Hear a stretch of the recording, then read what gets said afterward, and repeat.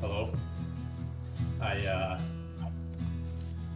Yeah, that's your name. Squirrels got me. Big Jim. Yeah. Really, really, really, really cold and fun. Cold and fun. Cold and fun. That's good that you think that of it, because that's what deer hunting typically is cold and fun. Yesterday morning, I'm glassing up on the pass, and I see these deer moving. And I'm like, ooh, there's some deer moving. All of a sudden, I just see this person just head down, just hauling ass, wearing shorts and a T-shirt with a pack on. And I'm like, is that Tard? My dad always talks about floating through the woods like the autumn breeze. So Robert's when you're the 275 pounds, I don't know how you do that, but the Freightliner. It's just like a creeper.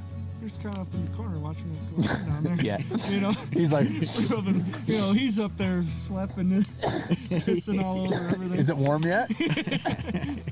How did you know the name of the actor? That's right. I know. How did you say his name? Hervé Villechaize.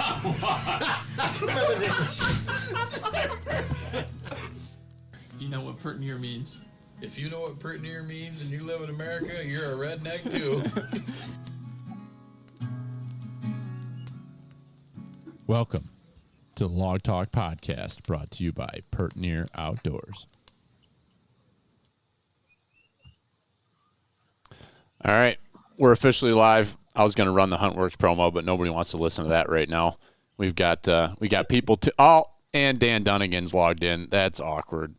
Daniel, yeah. I'll run the promo in the official post of the podcast, but this is officially brought to you by the Huntworks, and I've sent a few people Dan's way here the last few days. It's getting to be that time, middle of August, and everybody should be thinking about, if you have not already, getting your bow set up, and you might be needing a little tune. So all these bow shops are going to start getting slammed, so get on it and get working on that stuff ASAP. So joining us here tonight, our game plan is doing a little we've done a few of these before. We're going to do a little bit of a podcast discussing food plots, and we're getting ready to get into the fall here. As everyone knows, we're in mid-August, and brought on our favorite two deer habitat experts. We've got Jon Teater from Whitetail Landscapes and Ben Williams from Old Tin Cup, a couple fellow New Yorkers, and we're going to talk a little bit about food plots, a little bit about habitat, and maybe a little bit about where we've been so far this year and where we're headed into the fall, and dive into a few things. And Brother Dallas is trying to get his technical issues figured out. We'll get him on here shortly with us too. So Ben and Jon, thank you guys for joining us tonight. Happy to be on. Same. Jon, how's podcast life going? You've gotten significantly busier, I can tell, because our conversations have slowed down. So I've got to imagine you've been a busy beaver. Yeah, it's just a lot of work. You know, I had a call today with the juries about doing more podcast stuff with us, and it's hard to get these high-end folks. I don't know, like, you know, it's a different industry. I'm not that knowledgeable, and I don't even want to try to be. But I'm happy that I have some of the people on there to fill up the gap of like conversational space.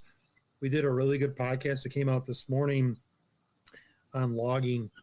You know, one of the gentlemen I work with, my partner, he does implementation work, and he's working a bunch of jobs right now. And it's been nice to be able to share like real issues, like, you know, real problems, and trying to provide solutions to people, and not just, you know, theory, you know, real implementation work. And I've kind of enjoyed sharing that. And right now that podcast it is the biggest habitat podcast in the country right now, which is awesome. Crazy considering I'm only 33 episodes in.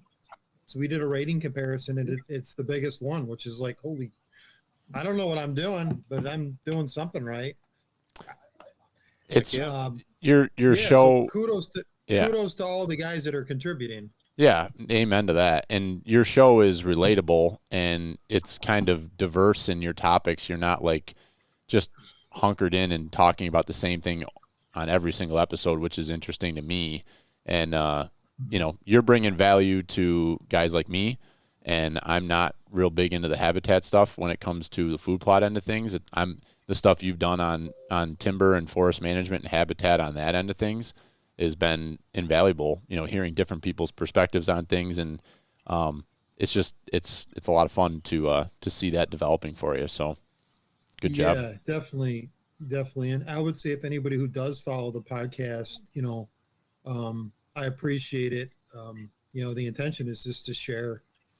And, there are, like what I said, the juries earlier is like, I have a specific topic that I want to attack in that podcast. And I think he's the right guy to deal with the topic. And I don't want it to be my thoughts all the time, because I'm a little more, I've got my own perspective on things, and that's not always healthy. You've got to bring a diverse perspective to the table. Like Ben and I right now, I'm sure we have differences of opinion, and I think Ben's, he's extremely knowledgeable, and, I think I am too at times. And, so it's good to have a different point of view.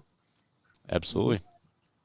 So Ben, how have things been for you? You've been, looks like you've been out in the field quite a bit, working with clients. Things been busy.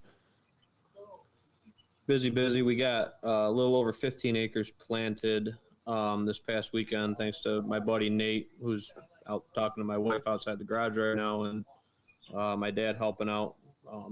But yeah, we were gangbusters, and we got over an inch of rain today. So luckily hit that timing, man. Watched that radar and waited for the right time, and we're able to jump on it. And got done with a new client in Orleans County today, and brand new property up there, new client, 40-acre piece that he's hunted his whole life. Finally had the opportunity to buy it, and he bought it for a very fair market value price. And I'm looking forward to the success with that. Sets up really nice. Picked it up with some tillable, so he's also got some income coming in from the property, believe it or not, to help pay for the mortgage and everything on it. So it's working out really good for him over there. Nice. That's awesome. Dallas, were you able to get connected through the phone? Yeah. Okay. Yeah. You for all the time you just wasted 13 minutes, you could have just driven your truck up here to my house, and you could be sitting right next to me. No one needs to see my face anyways. No, I know. It's especially this time of night. You got the scaries. All right. So I don't wanna kick the can too much, but I do want to start with something that's grinding my gears. I had saw a video Danny Boy tagged me in yesterday, and anybody who follows along with our podcast knows I get pretty excited about things that are going on in the hunting world and politics, not just hunting but conservation, gun rights, things of that nature. And I saw a video that had been posted by a guy from Iowa Whitetails. I don't know who he is. I don't know what his role is there, if he's like the head honcho or whatever, but he was just going on and on about all the threats that they have to whitetail hunting in Iowa, and how they need to stand up as hunters and keep, stop the expansion of seasons and stop, expanding weapons so that you can use crossbows. It's like the same crossbow situation that we're having here in New York. And I'm so sick and tired of hearing about crossbows and archery season and I don't know where you guys feel on this whole thing, but I had that conversation with Dan Ladd a couple weeks ago, and more and more I'm starting to feel like part of this is just, it's a tactic to divide us hunters. Like, I feel like we've got so many bigger fish to fry than worrying about whether we should be shooting deer with crossbows or not during archery season. And I don't think it's going to have any impact on any of our experiences out in the woods. And I'm getting really frustrated with it, because I'm seeing some of these huge platforms that are starting to, really push this as our biggest concern in deer hunting. And I just don't feel like it's hitting home with me. So I don't know what, Jon and Ben, I don't know what your thoughts are. I know where Dallas stands, but I'm just curious where you guys stand on this. If you can get the job done better with the crossbow, I'd rather you be out there with a crossbow than a vertical bow. And I think that kind of sums up where I'm at on it. Other than that, some of these other states, comparing saying they got long seasons.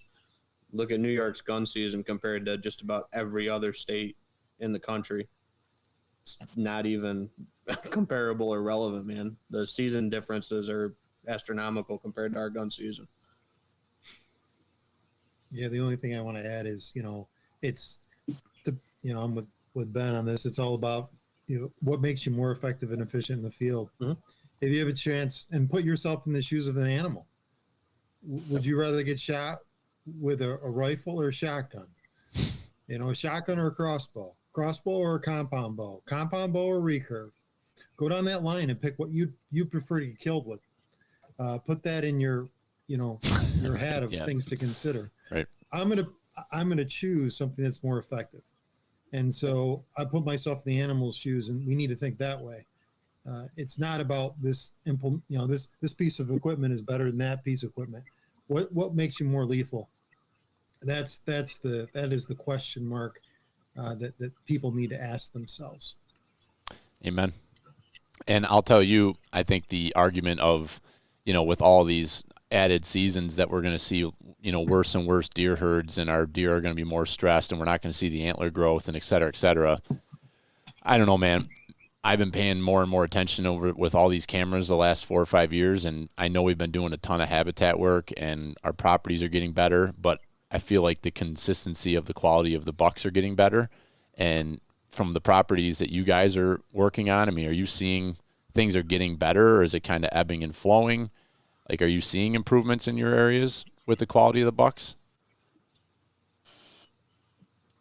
It's location specific. I mean, there's so many factors that play into that situation. Yeah. There are environmental factors. There's human factors. I mean, I'll just be honest with you guys right now. The biggest buck I have is a 120-inch 9-pointer. All right. He's a target deer for me. He's a 4.5-year-old buck. That's a stud in my area. Mm-hmm. He's a nice buck. The other buck's a 4.5-year-old buck. He's about 105 to 110 inches. He's my target deer this year. My target deer is 105 inches this year. So, I'm in Central New York. I'm not used to a high caliber deer on a consistent basis. And I'm planning ahead for, some of these 3.5-year-olds there's 2 3.5-year-olds that I'm watching right now. If they make it, one might make it, limited cohort, limited deer. It's all about the environments that you hunt in. And if you're smart and you can work as a team with your neighborhood, I've got clients that work in conglomerates, and those cohort of deer that make that successional progression. That it's all in the eyes of the beholder. So I think people need to be aware and work together with your neighborhood, and habitat is a big piece of that for sure. Mm-hmm. Late season food, dealing with the stress component of food, any hormonal change that results because of the hunting pressure, all the things you're bringing up. I mean, there's a lot of factors that go into that. So. Yeah, I agree. And then if you're in an area where there's not a whole lot of habitat and stuff like that going on, management-wise, it's like a sponge, for attracting deer to that property. And then you put in, high-end, hunting strategy with it. It's night and day, the difference you can make in the matter of a year or two. So, I think that's huge. It obviously is a little bit of ebb and flow and everything like that. You do have good years. You do have bad years. This year is looking pretty good for what I got on the summer cams so far, but I know a bunch of those bucks, because the age class is going to move off to different properties this year. It's just going to happen. Yep. But it's just do the best I can, lean on that fall food and lean on the habitat improvements I've done, good hunting strategy, and, just keep hunting smart on it, and you're going to reap the benefits from it. Oh, and by the way, this is my food plot guy that's been kicking butt with me this past weekend. Man, I couldn't have got it all planned without him. He's the brains. I'm the brawn. You're the brawn. Man, if that's the brains of the operation, that's freaking terrifying. Oh my God. So it's hard to think I'm the brains. I'm already seeing some. So Dan Dunnigan's in here, and let's jump. I guess we've got some relevant topics, so let's just jump right into talking about current stuff. So for those of you that don't know, Ben is working up his own custom seed blends, and Ben's selling them as well as the Huntworks are selling them. So Dan commented in here that and today was a perfect day, because I know I saw Dallas out planting. I know you were planting, Ben. And I don't know if you by any chance were out throwing something on the ground. I'm sure you were, John, but we got that rain that came through this afternoon, and it couldn't have timed out better. But Dan's saying that he just planted Ben's custom mix into a few plots. He's looking to add some winter, some greens into it. He's curious to hear what Jon and Ben would use to fill in some gaps and add some early season attraction. Or option E, do nothing. Ben, what's your custom mix? I'm not familiar. That's our. It's mostly a Nebraska blend.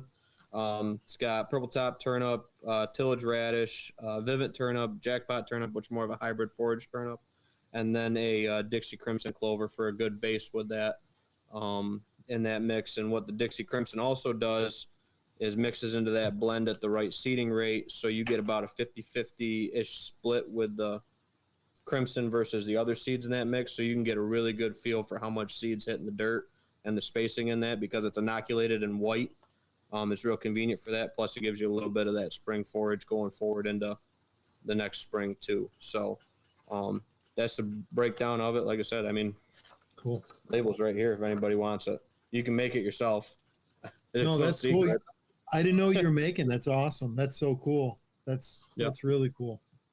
Well, I had to buy big bags this year, so I figured instead of having a bunch of leftover, I'd start bagging it up. And I looked into what I had to do for New York State law to have it, labeled up, and just got to have your varietals that are listed in it. And yeah, I mean, I get it all from Seedway. You can go buy 50-pound bags and mix it yourself, but I'm not going to use that much seed, so I figured I'd help some folks out and that's cool. Give a good mix of blends for folks looking for like a Nebraska blend, kind of in this specific scenario. Oh, I have opinions on these things, but I'm gonna go ahead, man. I like Ben. No, I think that's all good. I think that's really cool. Like, I didn't know you were doing that, so kudos to you, and that's awesome. Okay, so I'll just so what am I doing? What's today? The 16th. So I'll look at the rain cycles, right? That's my next decision. I'm looking at weather cycles to make my determination of what I'm going to do. So for example, a couple days ago, I went up and I was just checking. I've got some resident. I was hand pulling weeds in some of my corn plots, but whatever. I'm cleaning up some areas, and all I'm putting in those corn plots in the next week is winter wheat at around 30 pounds an acre, winter rye at 5 pounds an acre, red clover at 4 pounds an acre. These are approximate, so you can take this for what it's worth. Okay, I'm putting this into corn. Okay, now the corn is randomly spaced, and it's not row planted corn. Okay, it's broadcasted corn. So understand that. I like the Crimson idea, to Ben's point. I'm going to go into a different rotation next year. I'm going to go back into annual cycles. I would do brassica, probably a hybrid brassica, and then a radish, a tillage radish. The brassica at about 1 pound. So pick your poison. It could be a rape, could be, whatever.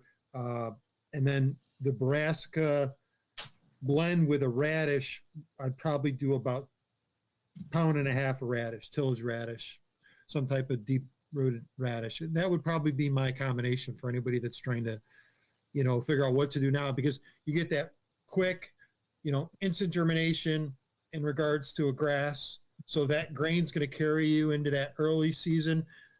Throw a 5 or 10 pounds of oats in that equation. Why not? And then you get the smorgasbord. You're going to be overburdening the ground, but it doesn't matter. We want smorgasbord. This is a buffet, right? The Ponderosa, you're going to make the Ponderosa food plots. And to Ben's point, I mean, that combination, plus maybe a few little extras, throw some oats in there. That's an early season attraction that's going to do well for you. Why not, right? Something that's cool season, some cool season grass, and something that's a legume. Red clover is like, I love red clover. Red clover, for anybody who doesn't know this, red clover has to be managed a lot. It has to be mowed aggressively a lot. So I let it flower and seed out, early season, and I mow it. I mow the heck out of it throughout the rest of the season. Like, I've mowed 3 times my clover this year, but I mow in patches. I don't know if anybody does it like that, but I mow in patches. I don't listen to the Craig Harper rule. I got my own system. I've done enough of this stuff. We have way different weather conditions than the rest of the country. Unless we have really dry conditions, I'm not going to mow. I'll mow all season because I'm not spraying any of my food plots. So hopefully I got off on a tangent. But is that right? Oh my goodness, I can't believe you just did that. Oh, it's good to have you back on here, Jon. Well, this is great. I don't have to be tame. My podcast, I feel like I got to be like. That's why the people come here to hear you, because they get to hear the wild man himself. It's great. Wild, yeah. What about you, Ben? Any tips you throw different than that at Dan? Yeah. So typically over the top of that, or like a turnip mix or whatever, I'll go in bare spots. Might have had a little bit too much thatch from that top sowing and stuff like that. Jon calls it the no-till, no-drill method. Kind of just top sowing them. That kind of method with it. Going into bare spots with the cereal grains, filling it in. If it's a little light, you might have had that seed gate set way too high and ran out of seed. See a lot of people do that on properties. Medium red, like Jon's saying, is a great one. It does get real stemmy. It'll grow out of control. I've seen stuff that's almost, belt high because guys haven't been mowing it and it's just stemmy, and there's not a whole lot of forage value there with that medium red. So if, like you're saying, with Jon's perspective on it, keeping that mowed, keeping that nice and lush and flush, going into different sections of it would be good.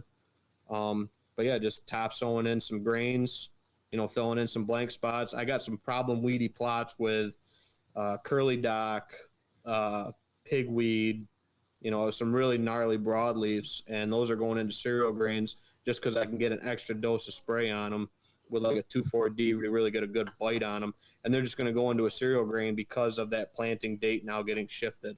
And they'll probably go in with a medium red, or I actually got a bunch of crimson left over. I'll probably put in a bunch of crimson with it going into the spring, and do a heavy crimson and a wheat, or a rye. You can use rye. Problem with rye is it can get super tall sometimes and just get too much organic matter, if you go straight planting with it in some applications. But yeah, definitely top sowing into that mix is pretty solid. Ben, do you have any, somebody might ask this question because you talked about 2,4-D. Do you have any plant back issues or residuals that you're worried about when you're putting down like the clovers or anything like that when you're doing that? Any concerns there? Yeah, I'm 2.5 weeks out is usually from spray date to planting date, before I'll even consider planting with it because of some of the soil residual in the 2,4-D. That's usually been a pretty safe window for me.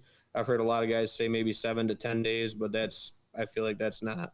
I mean, read the label. The label says, I think it says 2 weeks. I think it says 14 days right on the label. So I usually wait 2.5 weeks, and that'll get me a little bit past Labor Day at this point. And then I should be good to go. You can plant cereal grains right up to, I've planted cereal grains and clover on the opening day of deer season. You can plant them right up to the opening day and opening week, as long as you don't have frost coming, immediately. I think one of the most important things that I think people should consider is you've got to look at the soil type that you have, right? If you have loomy soil, if you have, sandy soil, whatever the case may be, heavy clay soils, and matching the plant to that preference. Like Austrian winter peas, Survivor winter peas, those type of peas, like they do good in certain soil types. Like loomy soil is ideal for those particular plants. They don't do well in sandy soil, for example, but they'll do okay in clay soil. Clay soil, you're going to tend to aerate a little bit more. So, go old school on some of this stuff. Like tillage, everyone thinks tillage is so bad. Well, some of the clay soils that I've worked on recently, you've got to go through a tillage cycle every few years. It's just you got to be very timely when you do that tillage, because if you wait too far into the summertime, it gets really dry, it's going to get really hard. And you want living material through that period. So you go really late or really early. Really late mean close to season, or really early in the spring period, assuming that you have the right conditions. A lot of the hydrology or the things you're dealing with soil is a factor and function of your decisions of what plants you're going to employ. So to that point, consider that. And there's even way more to that. Like, I don't think I'm going to get into it here, but I mean, there's a lot that goes into some of these decisions on what to plant. But you could go old school way and just throw stuff on the ground. I'm sowing seed all the time, just throwing it on the ground. I'll kill a spot and I'll throw seed down in that spot to replace that plant, and kind of Johnny Appleseed style, and just have fun with it. And keep using that Ponderosa example, because that's really the best option for you. Give them a lot of variety, and don't just have a corn plot. That's a bad idea. And don't have a small corn plot for that matter. That's a bad idea. Don't have a small soybean plot. That's a bad idea. It's the variety of life that's going to be beneficial to your wildlife. Yeah. Dallas, what have you, I see you were out planting today. Why don't you go through what your application process is for us here this fall? I'm generally broadcasting clovers, brassicas, and then a little later cereal grains into my summer food plots, whether that be just a straight soybean field or the summer varieties. The fields that are grown up thicker with the multi-species summer plantings, that you can't just necessarily straight broadcast into, because you're not going to have enough soil exposure or sun. So that's where I've been using the corn planter and just driving over stuff and kind of knocking down a lot of the summer stuff and planting the fall mix into it. But yesterday I was just planting, just putting some brassicas and clover on top of the soybeans. Mm-hmm.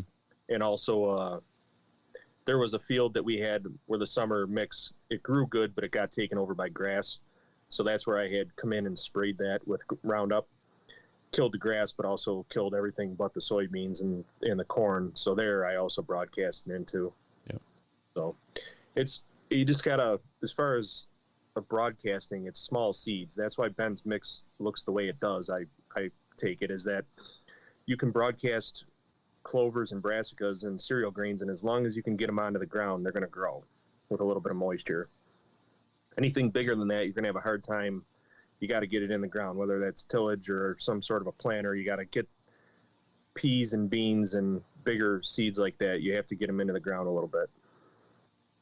Dallas, what do you have growing in the second pond plot there? Is that sorghum? No, the stuff that's headed out there. Yeah, what is that? That's Japanese millet. Yeah, I've never seen anything like that before. I drove in there the other day. I'm like, holy crap! Like, this stuff is 4.5, 5 feet tall, and it looks amazing. But I had no idea. I mean, is that something the deer would browse on, or is that just something you're using to build kind of soil health? The reason I did that is it's a swamp. Right. So it's hard to grow anything consistently in there, because you don't know if it's going to be a flood or if it's going to, when we had it dry conditions this year, I probably could have got a decent crop going in there, but it's so wet that I did Balanza clover, which is I think it's the most wet tolerant clover, and then the Japanese millet, which is they call duck millet. People use that for duck plots when they flood their plots in the fall for duck season. Mm-hmm. That's what they use for that wet ground. So we have enough food plots now where I don't need to, not everything needs to be soybeans and corn and whatever for the deer. So I'm assuming that they're gonna browse on that, but I don't know. We'll see. It's good cover if nothing else. I mean, so you don't plan to knock that down to plant stuff in this fall? Nope. No. I love it. I mean, that little, whatever that is, 2.5 acres whatever it is it's thick. I mean, that stuff, like deer could lay down in that. You wouldn't see him in there. So that's good stuff. Yep. Ben, what'd you think? You got the $5 tour. What'd you think of what we've got going on with all the work we've been doing, which a lot of that is motivated from discussions we've had on here, which is kind of cool. So it was neat that you were out there and were able to take a ride with Dallas and see what we've got going on. Yeah, I got the 10-second tour. The Pert Near Feedinum beer tour. Yeah. Before I went home that day. Right. Dallas is like, "Oh, you should come out," and I'm just like, "Dude, I got almost a 2-hour ride home." But anyway, we took a little 4-wheeler ride. You got a lot of different plots going on. I think the upper plot he's talking about that he sprayed off, that was just beans. That's the one you expanded. Again, I didn't have enough time to jot down notes. You guys had a lot of different summer forages that had good diverse mix with them. Looks like that corn planters, kicking butt for you guys.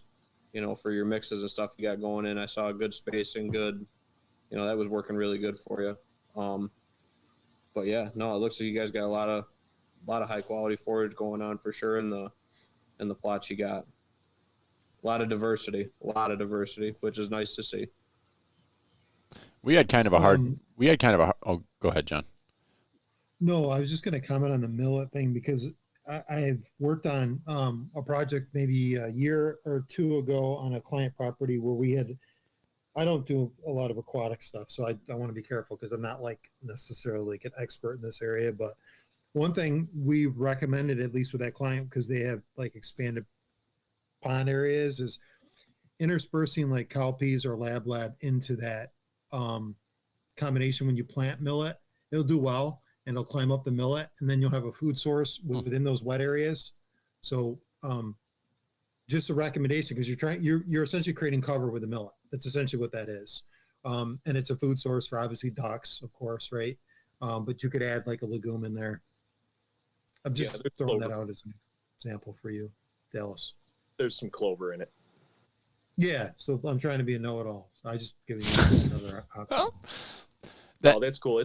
It's one of those spots where if it doesn't work, it's a wasted space that we can just let it go back to cover because we have enough other space for food. So I'm playing around with just trying to do some other types of forage. And like I said, I think you were one that mentioned Balanza clover with being that's something you can seed at a low rate that'll reseed the next spring. So yeah, that's actually what I'm looking to do is get that Balanza to go to maturity and reseed itself and actually just turn that into a clover plot in some ways.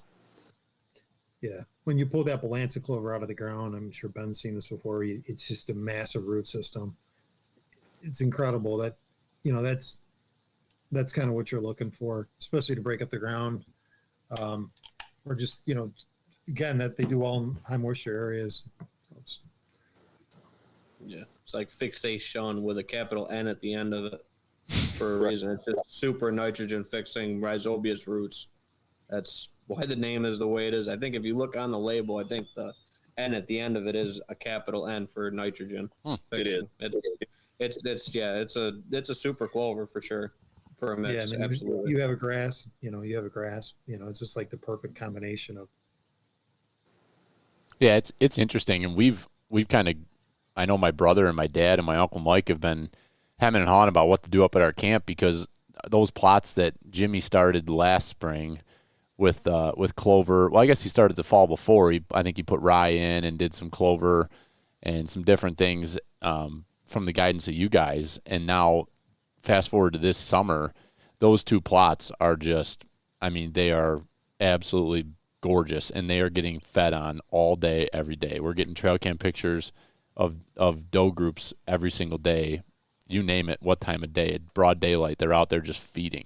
And for us, like, we're in such a hardwood habitat down there where there's not a lot of that good green forage, that they're just living there. Like, we've always had cameras. We haven't had this many cell cameras that are all communicating together on the food plot, so it's hard to say, like, is it that much better than it was in the past?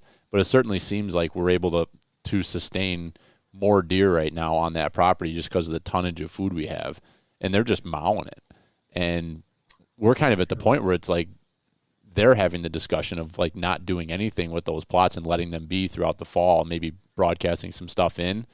What do you guys think? Should they just leave it, or should they broadcast some stuff in for maybe some winter growth, late fall, winter? I've seeded wheat over the top of clover. If it's a mat of clover, it's going to be hard to get any sunlight down to germinate. But if you got some, a little bit of spotty section of it, or it's thinner. Mm-hmm. I have put, cereal grain into the top of it before. I've tried, and I'm going to try to do it a little bit more in some of my clover this year that's not full on flushed, to put some brassicas into it at a pound or two an acre, to kind of, put in a little bit of extra forage into it.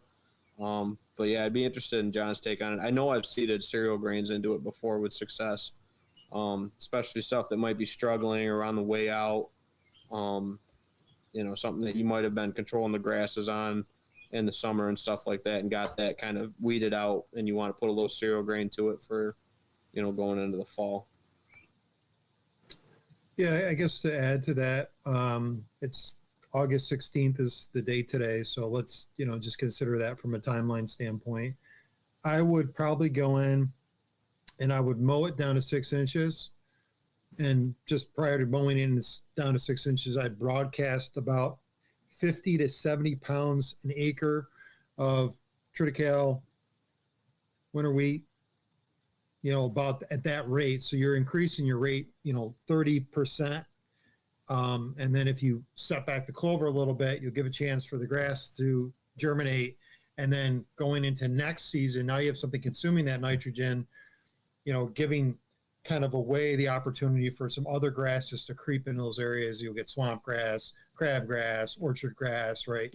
So you get various grasses that'll, benefit from that nitrogen fixation that's going on there. So I would consider adding, something to that mix that is of a grass to fight the grass. And at the rate, so what I do alternatively in the springtime, if I decided not to do that in the springtime, around April, I'll do spring triticale. And I'll do it around the same rate, about 70 pounds an acre, roughly 70, 80 pounds an acre, depending on how much I can get a hold of. And I'll broadcast that. And then it won't vernalize, but it'll grow up and then it'll create some shade effect. Well, it will vernalize. I believe triticale will. Winter rye will not in those instances. So if you spread it out, you might, no, it definitely does. What am I talking about? I did it this year. It definitely creates seed head. Spring triticale does. So it'll establish itself and it'll produce seed. And then depending on the density, maybe you just let that go to seed in the springtime, and and don't even waste your time. Creates a little bit of fawning cover. Right. So that's just a simple option for you. But you could throw some other, like to Ben's point, there's a bunch of things you could do. But set back the clover. Yeah. It'll help you right now. Yeah, I know. Like the discussion that Go ahead. who's got the police after him? Is that you, Dallas? Is everything all right down there in the holler? That's coming on the backside of 488 over here. Oh boy, at my house. I can't believe my mic's picking up this stuff tonight. You got a high quality microphone over there. To the garage instead of I'm down in the office. That's what happens. This is the problem. Yeah. So there's just this mentality with Dad and Jimmy up at camp that they need to kill the clover and turn it up with the tiller so that they can plant their fall food plot stuff.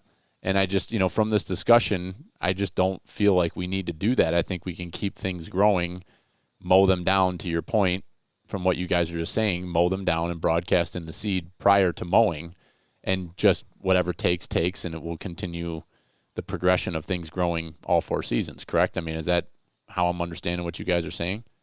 It's not necessary to take the tractor out there and till it up? Are they just tilling to till? Yeah, they're just tilling to till. Yeah. I'm just wondering why. If you have a lush growing green food source that you can manage and maybe add some grains to it and stuff like that, why would you terminate and go out there and till it? Just why? That's my simple question, I guess, with it. Well, we'll ask the old retired Big Willie, why? Why, Dad? You have all the time in the world. Go up there and retired. That's why. That's why he wants to go out there and play on the track. Exactly. He's got the time. Yeah. Well, tell him to stop right out to Syracuse, New York. He can come do some work with me if he wants to waste his time. There you go. Put the man to work on something. Yeah, good. We got a couple timber jobs right now. We come out. We'll have him cut with us. Perfect. Yeah, he operated chainsaw. You got big strong guy too. Yeah, that's right. Strapping fella. He's getting ready for an elk hunt. Yeah, that's not. You know what? Hey, his services. He's cut. We paid for our property with cutting firewood, so he's dropped a tree in his time. So if you need somebody to work on your site, there's your guy, Big Willie. Yep. Look at that. He's not great, but it's a good time. Hey, he doesn't care about the pay. He's on a state pension, man. He's living the dream. You kidding me? Oh. He just needs to keep his income below a certain level so Aunt Kathy doesn't come after him. So I think you answered my question there, and I'm looking forward to Jimmy and Dad listening to this and getting their butts up there to Naples to do something. Oh, You could add. Why don't you add chicory to that mix? If they want to just like continue to add a little chicory. I like it. There'd be no harm in that. There's no harm, no foul. Nobody's getting hurt. Yeah, I won't. I mean, you won't get anything out of it this season, but next in the spring, it'll pop up. Oh, I Dad. think it'll be there. Small. Dad, small if you'd like to speak for yourself, Dad, you can call in. He's on here. He said we decided to broadcast and mow our winter crops, grains. As you said, why till a viable food source? Look at that. He's on it. I'll be damned. It's amazing. See, we're changing lives here. Pert in Your Outdoors podcast. This is fantastic. All right. So we got Joe Sancho asked a question. Are you guys spraying anything on your food plots like Plot Start? I know I'm seeing a lot of people using that. Is that a fad, or do you guys use anything of that sort? It's a good question. That's that high grade calcium carbonate. I do not. But I mean, I'm doing. I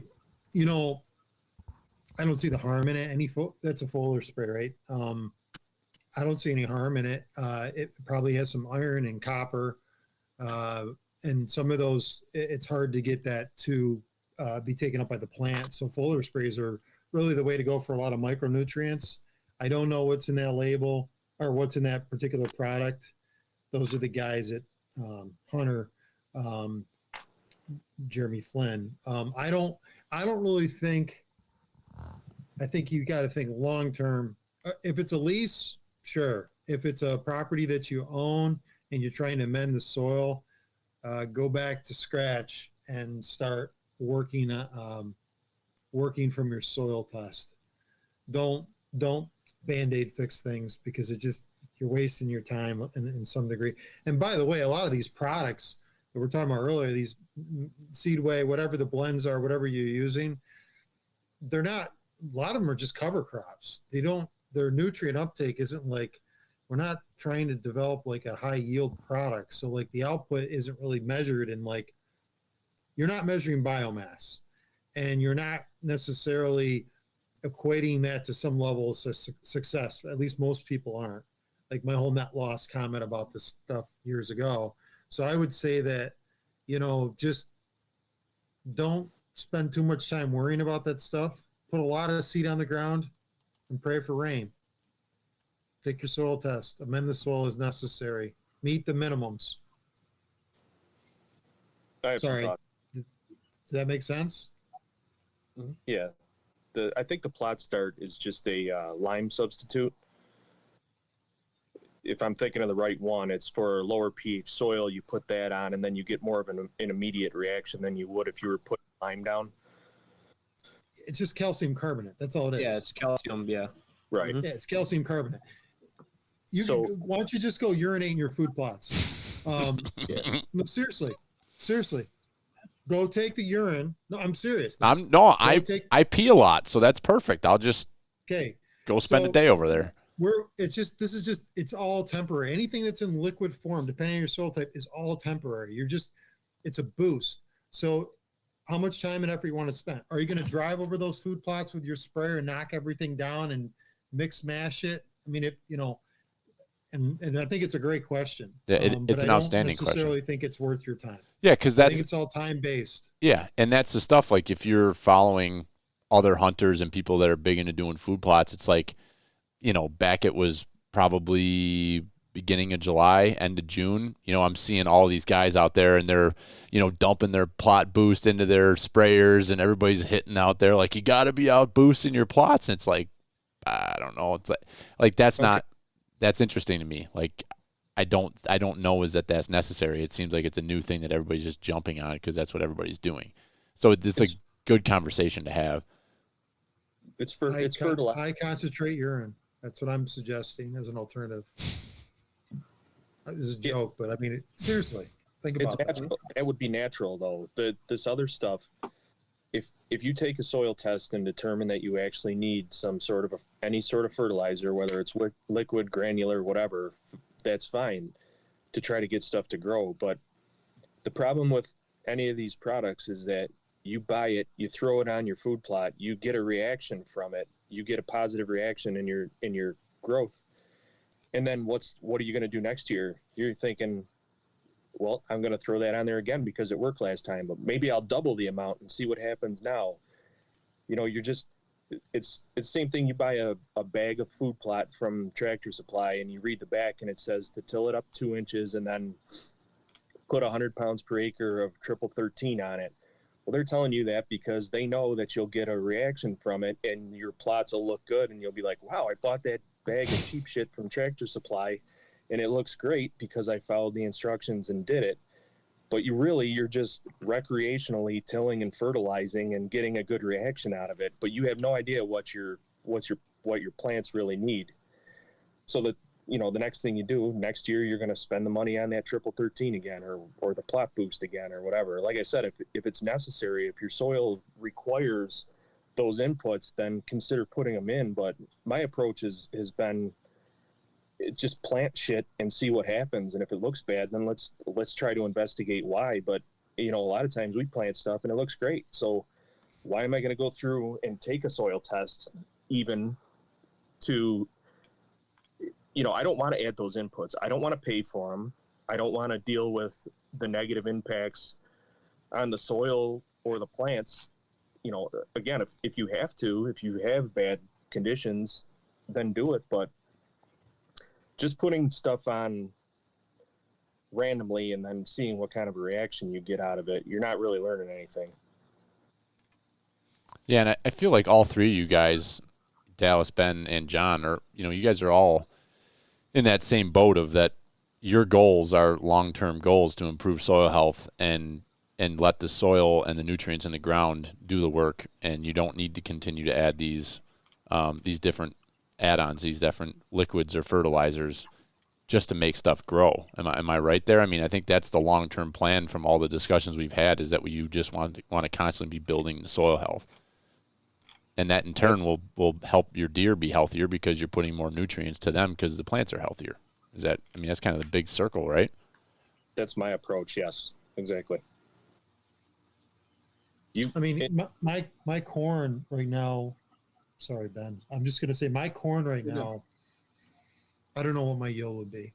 I don't really care. But my corn right now is zero fertilizer. I mean, none. I have put zero fertilizer on my corn. I should send a picture to you guys. It's 8 foot tall right now. Jesus. Yep. Ears are huge. It's just stemmy, looking beautiful.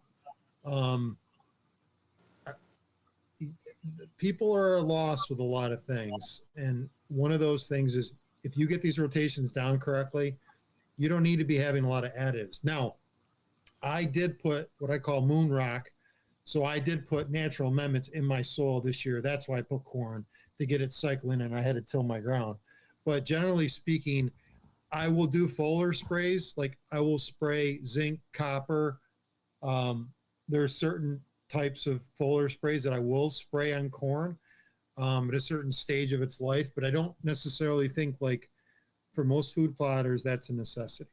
And I think we should just try to keep it really simple, because a lot of this stuff will just grow on the ground.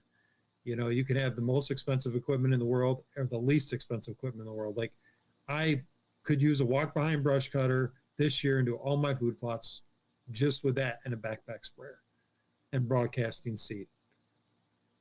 So there's simple ways to do things. Yeah, other than some urea on some screening materials and stuff like that, I haven't put any any granular, especially fertilizer, down in probably almost a decade now on any plots I planted for myself or for other people. Urea I've put on, before a rain on screenings or maybe some corn, stuff like that. I have put it into some brassicas, leading up to season to flush it with some, extra growth. But other than that, I haven't put on any granular, fertilizers in the last decade or better doing food plots. Yeah, it's just if you're reading those bags and like it says, like Dallas said, you put 300 pounds of triple 13 on it, that's just a generic thing. And, I wouldn't follow that. What's on the bag, you got to look what's on your soil test. You got to get your pH relatively close because it doesn't matter how much fertilizer you put down. If your Right. pH isn't getting close to nutrient uptake, it doesn't matter. You could throw as much fertilizer on as you want. The plants aren't going to uptake it. Yeah, that's another good point, that it all starts with pH. Yeah, and also think about, and I think I might have said this in the last podcast that we had, is the importance of micronutrients and that availability to the plant. The flavonoids in those plants create level of traction that is far greater than maybe your competition. So, we talked about yield and biomass being a critical mass discussion here, or not for that matter. But we're talking really about the nutrient density of these plants. That's critical. So I'm always a big advocate of amending your soil in the right ways to ensure that those food plots, exist or persist for deer. And in those cases, the nutrient density of those plants is greater than your competition. That is a discriminator. That's why some people on a small acreage can attract more deer. And I think that's really critical. So I would just ask that people really take the soils test. I use a company called Logan Labs, and I've used them for a few years now. They have a couple different types of tests. There's a standard test, there's a pace test. It depends on your type of soil, your CEC. So that's your cactin exchange. You've got to look at, some of the chemistry of the soil, and there's a lot of factors that go into the functionality of soil. So you need to think more about those things, and how you amend soil is kind of really critical. Like I use biochar, which is deoxygenated material, and my CEC is really low. And the reason I do that is to create more opportunity to hold on, various nutrients in the soil. So when I'm amending the soil, I'm not losing it, or it's leaching away. So your soil can either sustain itself very well, depending on the type of soil it is, and really hold on to those nutrients, or it doesn't. And so there's some factors that go into the strategy that are pretty critical to kind of maintaining good availability of nutrients for the plants. So I hope that wasn't too complex, but the bottom line is you want to have really good plants for the deer, and that's going to create a level of traction that's going to beat out your neighbors, and usually that's the goal. Yeah, all of this in this whole discussion seems super complicated, but it's really not. And going right back to your comment, Jon, you can do this, and you can continue to do this with a weed eater, a walk behind brush cutter, something to cut down mass, a chainsaw, just clear some space, and you can do it. You don't even have to hardly spray. So it's just fun, and I think it's a really fun time of year right now because we're getting some moisture. We're in that window where people can be planting, and if this is a new thing to you and you haven't done it, go reach out to one of these guys and ask. Ben's mixing up these mixes, and you can straight up connect with him just to buy what he's mixing up and go out there and try something. It's pretty inexpensive. The seed end is the inexpensive part in most of these situations. It's the fertilizer and the additives and the Roundup and everything else. That's where things really start to get expensive. So, yeah, I love these discussions because I'm very fortunate because I have Dallas that does all of the food plots at our property together, and then my dad and my brother and my uncle do all the stuff at our camp, and I'm kind of just the guy that just shows up come deer season and reaps all of their work that they've put in. But it's fun. I don't know about you guys, but this stuff is the stuff that gets me excited for season because we're starting to see the things change. We're starting to see the fields are looking different. Crops are mature that are out there, but then it's, you guys are out there planting things that are getting ready to be hopefully the crops that we're going to be killing deer over here in two short months. It's hard to believe. Month and a half from today. It's crazy. Yeah, it's coming up, man. Well, actually, if you have an early doe season, you might be able to take advantage of it before that. I'm planning. So I know Dad's been talking about taking some youth hunters out, during that youth season and harvesting a couple does quick and easy, and we got a lot of does. Is there? Unfortunately, is your area? Can you do that in your area, Ben?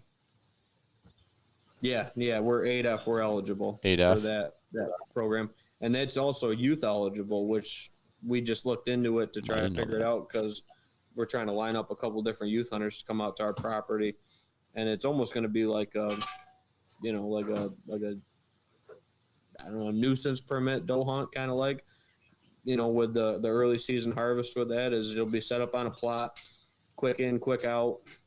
It's not cold. You don't have to worry about the kids. Obviously, we got to take them to the range, make sure they're proficient with their weapon and all that good stuff. But, and hopefully we don't have 90-degree days because that'll put a damper on stuff because we probably won't go because we won't be able to work them up in time with 90 degrees. That's crazy. But, yeah, we're looking at taking out some youth during that early doe season, try to get our does early.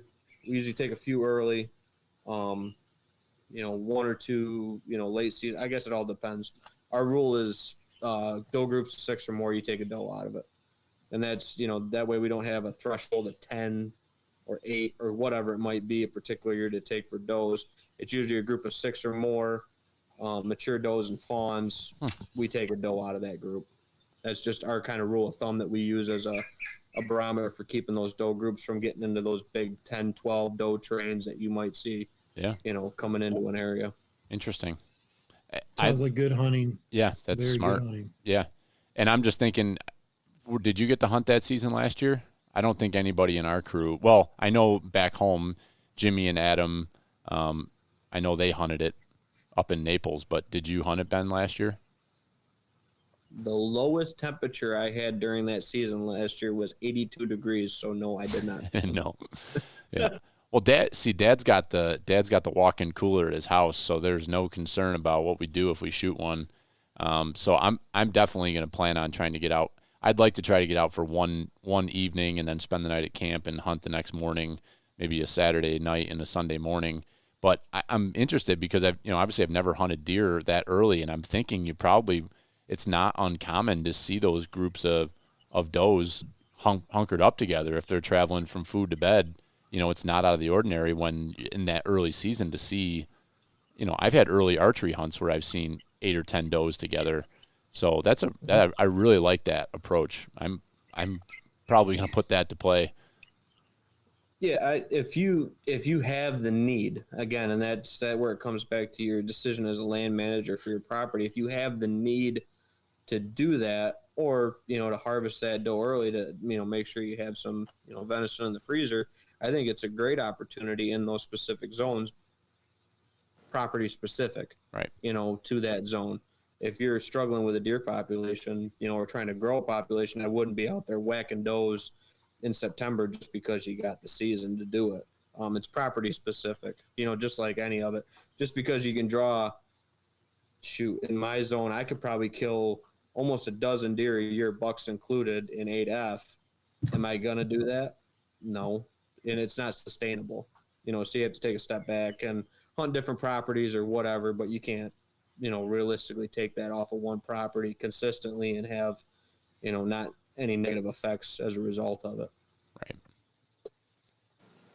Ben, you guys will be using guns, obviously not crossbows or bows, correct? Yeah.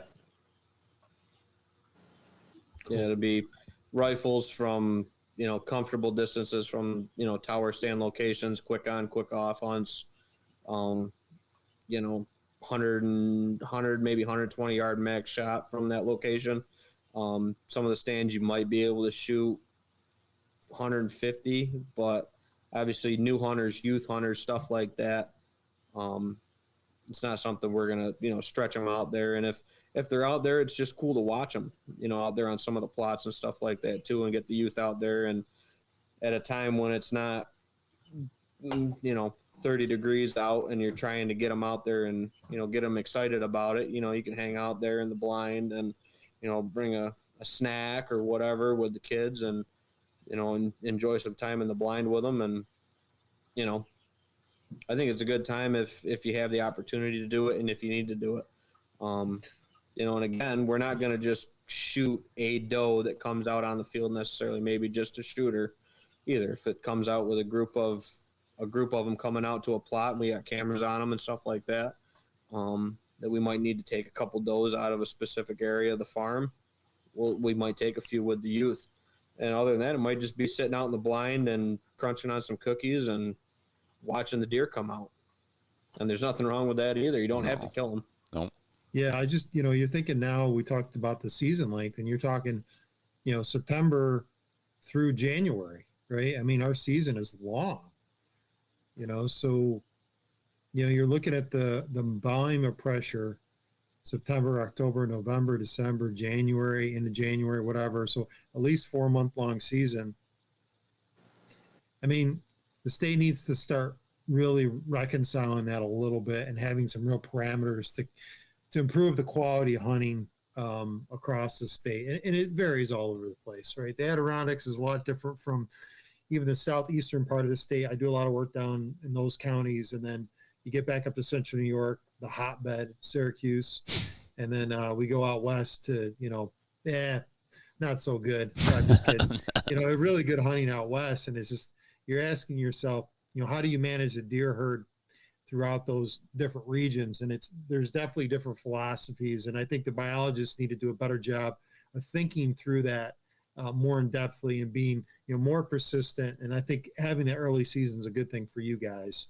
I think that's a great thing, because some of the areas out here, I mean, you're trying to build a deer herd, not deconstruct it a little bit, if that makes sense. Yeah. So from what you're saying, John, you're saying you like the idea that the areas where there is the high deer density and they need to control the populations a little bit more, they're doing it with that selective early season doe hunt rather than in the air. It's not a statewide thing. It's a regional thing where they have those high numbers. That's what you're saying.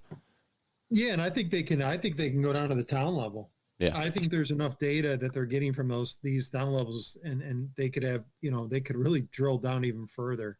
Mm-hmm. Probably not the manpower to do that, but I think you could really get individualized in some of these areas. And well, and there's a lot of towns that are starting to look into that themselves. I know the village of Honey Falls, they've never allowed hunting. This is going to be the first year, I believe, that they have a hunting program that you have to apply for, and you have to get, into the whole system. But I know there's other towns around the greater Rochester area that's doing that, where there's high populations. I won't blow up anyone's spot, but there's somebody who's a listener on here right now who's got a little honey hole in the town he lives in. And those are outstanding opportunities for people.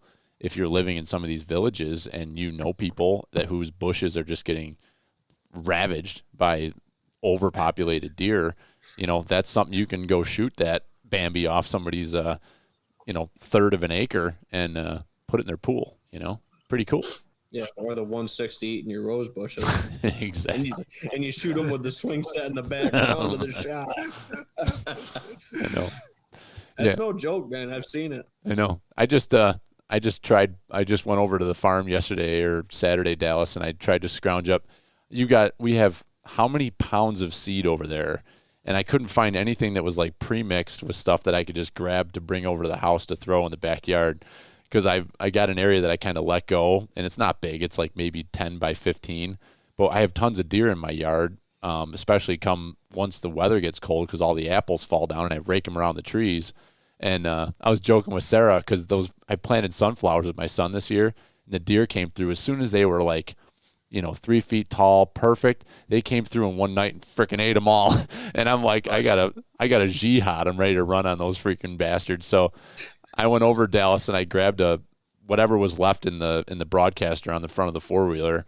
I went over there and scooped all that. I have no idea what the hell it was, but I brought it over here and I mowed down my stuff and I broadcasted it in, and then I mowed it down, and now we're ready to go out there and freaking feed them in like a month and a half. It's gonna be great. Fill that 9H tag right in the backyard. Hey, you should have asked me. I make seed mixes too. Do you? What would you charge me? Well, more for you than most other people. Is that right? Yeah. Yeah. Yeah, my money's good too. Yeah, I've already. I don't know. At one point, there had to be a couple 1,000 pounds of seed in that barn this spring.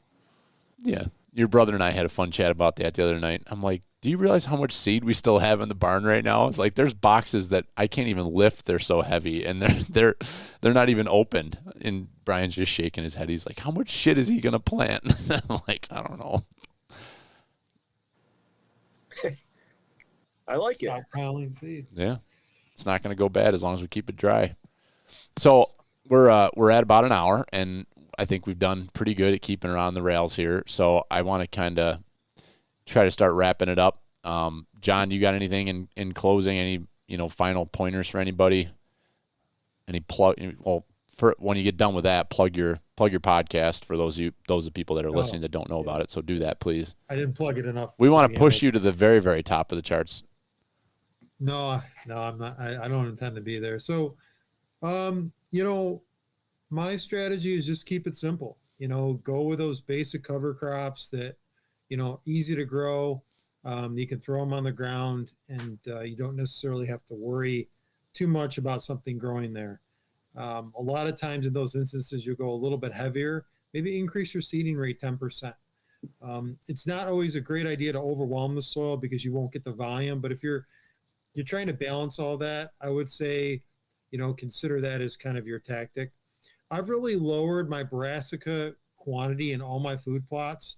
That's really based upon, a long time of doing this. And it's funny, the guys at Mossy Oak recently just talked about on a podcast, they've come to the same conclusion after the past couple of years. And, it could be regional, right? They're in the southern area. I would just say for anybody, experiment, try some different things. You can't lose by doing something different from your neighbor.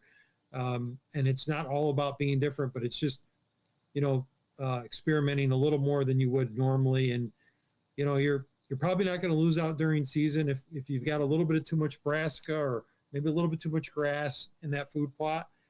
Make sure you're planting stuff that deer eat, and then think about what that plant's going to do the next season. Does it get killed by their winter climate, or does it survive? And if it survives, how are you going to manage it next season? Ben's example with the winter rye was really spot on. Its biomass is something to consider. So you might want to do something that is not as voluminous. The size of the plant is not as large. So I would recommend that. I'm probably not going to do any food plot more podcasts or anything like that on my podcast. So if you want to follow me, it's on Sportsman's Empire. It's Whitetail Landscapes, Maximize Your Hunt. I'm the host of it.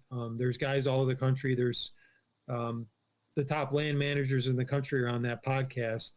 I'm just happy to be a part of that podcast. We're talking about all sorts of things. Steve Shirk is actually going to run a special. I think for the next 2 months, we're gonna dive into real strategy of how to break down, specific deer and how to kill them. So we're gonna have some pretty good guests coming on for that. He's working on that right now, and then I'll just be part of that plethora of just having discussions. And come after the season, I'm gonna be, I'm working, but I'm gonna be digging into real next level stuff for land managers, people that want to improve their property.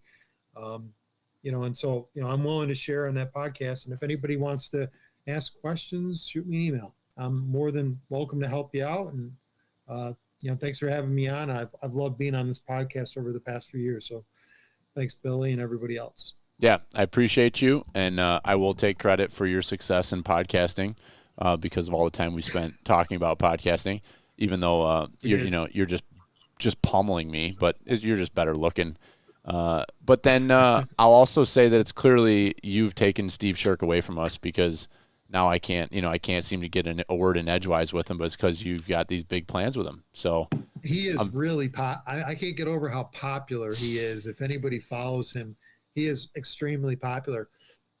I think I'm going to be hunting with him this season. So nice. I will bust his chops. Are you gonna, because of his Yeah, and I'm totally being facetious there. I've see how busy he's gotten, and I know I'm not nearly as hitting the people that he is, and I can't imagine trying to keep up with the amount of messages and back and forth that he could be dealing with. But I mean, the proof's in the pudding, and he's just about as genuine as a human being as you can meet. So I'm happy that you've connected with him. I love that guy. He's incredible. I talked to him quite a bit, and we built a friendship since you, Billy, had introduced me to him. And I've been helping him on stuff on his own property, and we've just kind of built a friendship. And he's incredibly in tuned with his area, and that's really the biggest thing that I've gotten out of it. he hunts big woods, so that's cycle hunting. That's a different style than block timber where Ben is, or in mine, I'm an in-between area. So the cycle movements are a little bit different in the big woods versus, other areas. So you've got to kind of like hone in on really what the strategy is in your particular area and how deer move through those areas. I'm not saying deer don't cycle move through areas, but you can manipulate their cycle movement based upon habitat improvements. And I've seen that on block timber areas, or, more big forested areas, Western New York area, those type of areas that probably a lot of listeners on this podcast are from. So yeah. Yep. Amen. If you aren't following Jon Teater, you should. And if you aren't following Steve Shirk, you should, because you're going to get education there. Ben Williams, you got anything in closing? Well, I haven't said it yet today, and I usually always talk about it. I'm just going to drop that access word just because I haven't said it. That's perfect. No, I mean, John knocked it right out of the park with that statement for sure. But yeah, just you guys got to keep it simple with it. Don't look at the big buck on the bag. Look at your seed label if you are looking at planting something. Big one for me that I see in a lot of Nebraska blends is sugar beets and some of these other stuff that just doesn't make sense. And some of the mixes that you got, or rye grass specifically, for some of it, rye grain, rye grass different. For the food plot type of stuff, because that was the topic tonight. But it does all boil down to the access. And I was talking about this the other day to a buddy of mine that was over. I've only killed one buck on a food plot in within sight of a food plot, and that was a outlaw plot I planted into soybeans. So, you kill them based on your hunting setup in and around those locations, based on your access with them. So, you don't have to kill them on a food plot. This isn't necessarily the outdoor channel. I know John killed his buck on a food plot last year, and that worked out absolutely stunner for him. But for a lot of guys, I don't see a lot of guys killing mature bucks on food. Setting up your property is a much bigger piece than just putting in your food plot. You got to think of the whole process with it. So, yeah, and then it all just comes down to access. Sometimes it's the hardest thing to do for a piece of property. Some lay out better, some don't. But you just got to find that mesh that works for you and set it up so it's advantageous to you and not so advantageous for the deer, or they think it's advantageous for them and it just doesn't work out. Sometimes you win, sometimes you lose. It's the way of life, man. That is. And plug your seed one more time for people that are needing seed and want to get some from you. I don't want to plug it too hard. Plug it hard. I'm completely sold out, dude. Oh, Jesus. That's hilarious. Well, that's good. Sales are good. Well, business. No, it is. I think Heritage Outdoor Sports and Phelps has a couple bags left. I think the Dunnigans have a couple bags left of the half acre and maybe a bag or two of the quarter acre. And depending on your zone, you get more over towards John's zone, foothills, the Adirondack, stuff like that. You're getting real late for most of these Nebraska species that are in this mix. But if you are in that Western New York, Finger Lakes region, you could probably get this in the next week or so. I would say you'd be pretty comfortable with it. But again, just watching that rain, if we didn't have this rain coming with this last planting weekend, I would have probably pushed it off to this following weekend with my planting. It just worked out with the rain and the scheduling that it fit for me. So yeah, I mean, I think Huntworks has a couple bags, Heritage Outdoor Sports right here in Phelps has a couple bags just down the road for me, but I have no bags left in my inventory. Everything's sold out from my house. My parents had some bags. That's all gone and sold out. I think probably have to do the math, but I probably sold 25, 30 acres of seed this year. Nice. So I bet you Dallas could make up some bags for you. I was not expecting that. I had to go buy more crimson clover. I had to go buy more radish. I was selling stuff out. Was not expecting Are you doing it, spring? Are you doing spring blends too, or? I didn't plan on it. You might be. Did you hear that, Dallas? We got business opportunity here. For it, I don't know. Yeah, I'm interested. If you're going to do some spring blends the next fall, I'd love to. Yeah, I'd love to probably buy some from you. So, yeah. Yeah, absolutely. Absolutely. We could. Yeah, no, it's We could be I Old wasn't Tin Cup expecting West. that level of interest from it, at all. It just kind of worked out.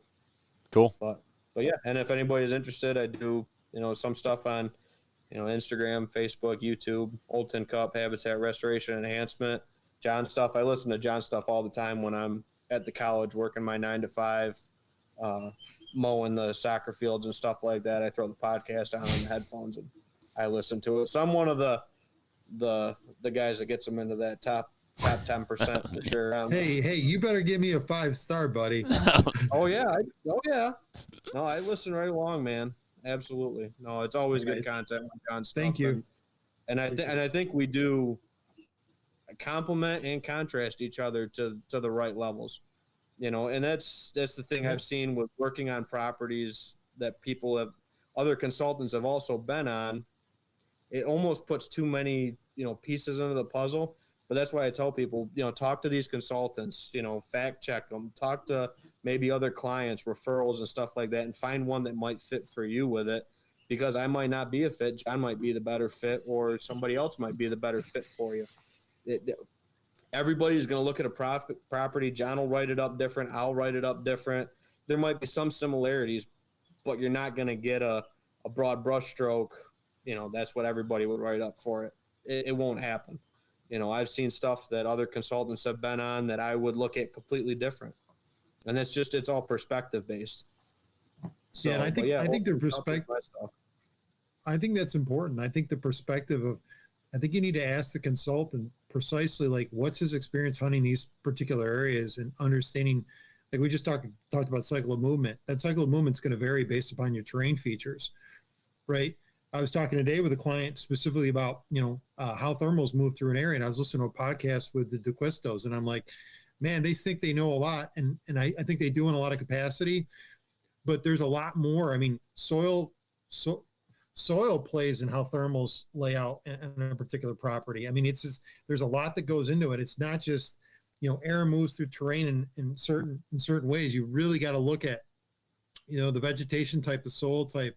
So it's really getting in these little, like these really high level detailed discussions that are going to get you over that hump to make that kill, because it's a game of inches if you're trying to kill a particular deer in a scenario. And in some cases you have to be very aggressive. And like I started right off of this podcast, say biggest buck I got is 120 inches, 4.5-year-old buck. I'm very excited to go after. I'm actually not even going to go after that deer. I'm going to go after a smaller buck, because I think he's more of I have a better opportunity to kill him. Not that I won't kill the 120 if he walks past me, but I mean, it just goes to show you we're dealing with such different environments, and it's critical for you to be realistic for what you're hunting. I've got clients in the Western New York area. They have 170 class deer on their property year in and year out. You'll never see pictures. You'll never hear from them.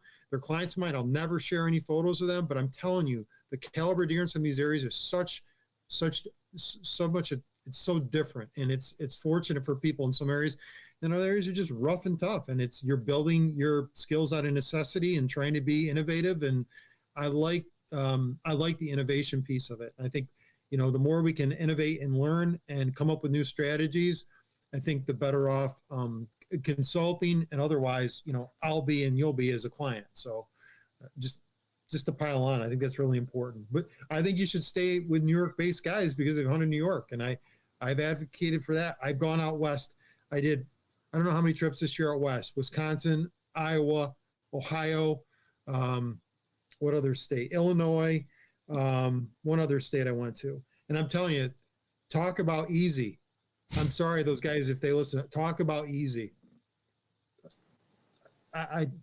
Totally, the hunting is so easy.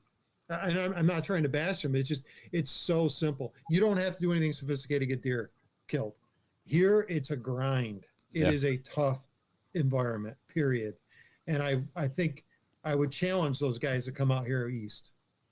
Absolutely. Any consultant, anybody who's hunted, come out here and hunt and experience this environment. Yeah. Yeah, the northeast is tough. I've heard that from deer all the way down to turkeys. The deer and the turkeys here in the northeast are some of the hardest ones to consistently kill, good ones. Yeah, and that's why I think it's so valuable to have this podcast that is still one of the few. You've got yours, Jon, but you're kind of touching base on all different areas, but there's just not a lot of content being put out that is New York based, Northeast based. There's only a few of us. And like, this is relevant content to people in our areas that are out there trying to get it done. And you aren't going to have a 170-inch buck every year to chase. You might every 10 years, but your case in point, Jon, I mean, you've been busting your ass on your property, and you can only shoot what lives on your property. You can't shoot a 150-inch buck if you don't have one, and you may never have one. It's just the reality of life. And if that's the only reason why you're hunting is for how many inches your deer scores, and you're probably, then you're not in it in my opinion, you're not in it for the right reasons. Everybody's got their own reasons and purposes for going out there and doing it, but for us, it's because we love the passion. We love being out in the outdoors and connecting with the environment and putting food on our tables. And when we can shoot a big buck and have all the hard work come to fruition, that's the icing on the cake. But, I think that's the thing. When everybody gets jammed up on inches, that's where we start losing focus on exactly why we're doing what we're doing. And look at the properties that you guys have touched, the work that we've done on any of the ground that we have. Like, we have improved the habitat not only for deer, but just the straight up just the environment. Like, we're improving it. The forests are healthier, the ground is better, it's not eroding. So like, we're doing great things as hunters to help improve the environment in whatever capacity we can, even if that's only 5 or 10 acres. You're doing good. So that's the beauty of these discussions for sure, and getting out there and engaging on your ground. It's awesome. Dallas, you got anything to wrap us up here? Why don't you talk a little bit about the podcast we got coming up Friday? Sure, yeah, because I think these guys have summed up this conversation pretty well. It's always good talking to you guys. If you do like this discussion and you want to dive further into this topic, we're going to have Keith Burns on from Green Cover Seed Friday morning. So we're going to get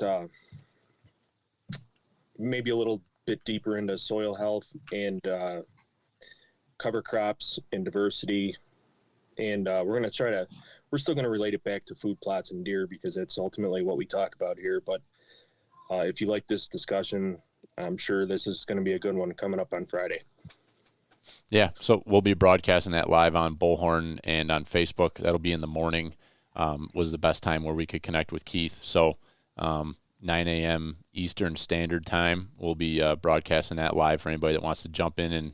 And if you're out working and you can't tune in, you can listen on the Bullhorn app live if you have that desire to do that. But very much looking forward to that. And I'm interested in talking to Keith and hearing his perspective. We're talking so much about deer, but on the bigger scale with agriculture and what some of the things in the thought process and the cover crops, I think that's fascinating for people to understand what today's agriculture is trying to do to, reduce,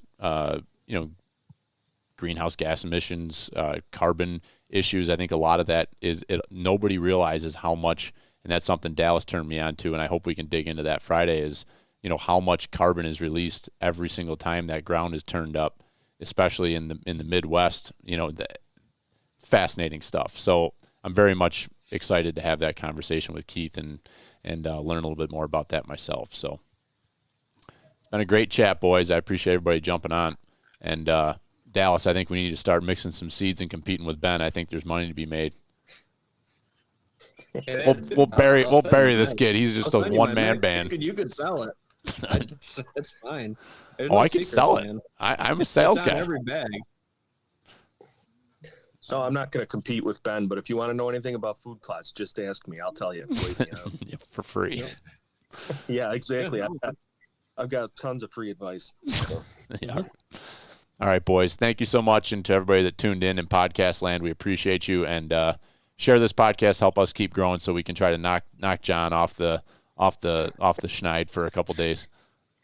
Love you, buddy. See you later. See you guys. Good seeing you. See you. See you, John. See you guys. Feedinum. See you guys. Check out the link tree that we have in our bio that you will find on Instagram and Facebook, Pert in Your Outdoors Podcast, and you will see some of the great companies we are working with and the affiliate codes that we have. To name a few, we have, of course, the Huntworks. We have Origin, which is a company that many of you are becoming aware of, but this is the company Jocko Willink has, where I am a big user of their supplements and have been for a couple of years now, and now excited to see that they have a hunting line coming out. So we have a 10% discount there that you can take advantage of when they start to drop their new product. So that's Harvey 10 on anything on Origin's website, and you will get yourself 10% off, which is awesome. We have Genesis 3D Printing, which is another company that we love. And that is Austin Cantola and his wife Hope out of Michigan, and they are engineering and creating some very unique products to help hunters with some of their unique needs. So check out Genesis 3D Printing and use promo code PERTNEAR for 10% off. And you can use any of those links to Cabela's, Camo Fire, Black Ovis, and more to get yourself maybe a discount, probably not, but you're going to put some money in my pocket, and I greatly appreciate that because this is a net loss organization, and maybe someday I'll break even. So keep that in mind next time you're out to go do some shopping. Feed 'em.